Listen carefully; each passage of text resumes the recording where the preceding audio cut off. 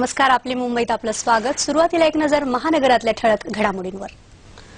नैसर्गिक आपत्ती आणि कर्जबाजारीपणाला कंटाळून शेतकरी आत्महत्या करतात, पण देशातल्या शेतकऱ्यांनी पारंपरिक शेतीऐवजी सेंद्रिय शेतीला प्राधान्य देण्याची गरज असल्याचं मत शेती तज्ज्ञांनी व्यक्त केलंय.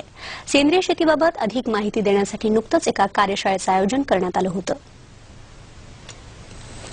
कृषी प्रधान देश अशी भारताची ओळख, पण गेल्या काही वर्षात शेतकऱ्यांच्या आत्महत्यांमध्ये लक्षणीय वाढ झालीय.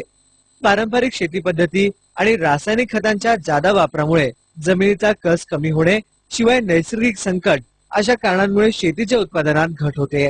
त्यामुळे शेतकऱ्यांना रासायनिक आणि पारंपरिक शेतीऐवजी सेंद्रिय शेती करणं फायदेशीर ठरू शकतं, असं मत शेती तज्ज्ञ व्यक्त करतायत. सेंद्रिय शेतीबाबत ठाण्यात एका कार्यशाळेचं आयोजन करण्यात आलं होतं. 4 प्रकारच्या उत्पादनांसाठी लाभदायक ठरणाऱ्या खतं आणि बियाणांचं वाटप यावेळी करण्यात आलं.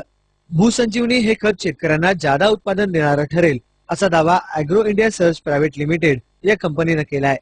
तांदूळ, द्राक्ष, कापूस, डाळिंब, ऊस आणि सोयाबीन यासारख्या पिकांसाठी हे खत उपयुक्त ठरेल, असा दावा कंपनीनं केलाय.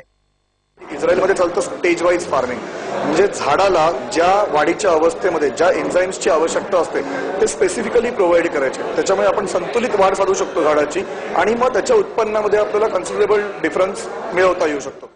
आम्ही जणू असा वसाच घेतलेला आहे की महाराष्ट्रामध्ये साधारणतः आतापर्यंत 1001 गावांमध्ये जाऊन, शेतांवर जाऊन मी स्वतः या सगळ्या गोष्टी लोकांना याची प्रबोधन करत असतो. इस्रायली शेती उत्पादनाच्या पद्धतीवर ही उत्पादन पद्धती आधारलेली आहे. सेंद्रिय शेती कशी करावी, त्याचबरोबर त्याच्या फायद्यांबाबत या कार्यशाळेमध्ये माहिती देण्यात आली. नाशिक, औरंगाबाद, सांगली आणि साताऱ्यामधून अनेक शेतकरी या कार्यशाळेसाठी आले होते. शेती उत्पादन वाढवण्यासाठी आणखी कोणते उपाय करता येतील याची माहितीही यावेळी शेती तज्ज्ञांनी दिली. आपली मुंबई, ठाणे. आपली मुंबईत पुन्हा भेटूयात एका छोट्याशा विश्रांतीनंतर.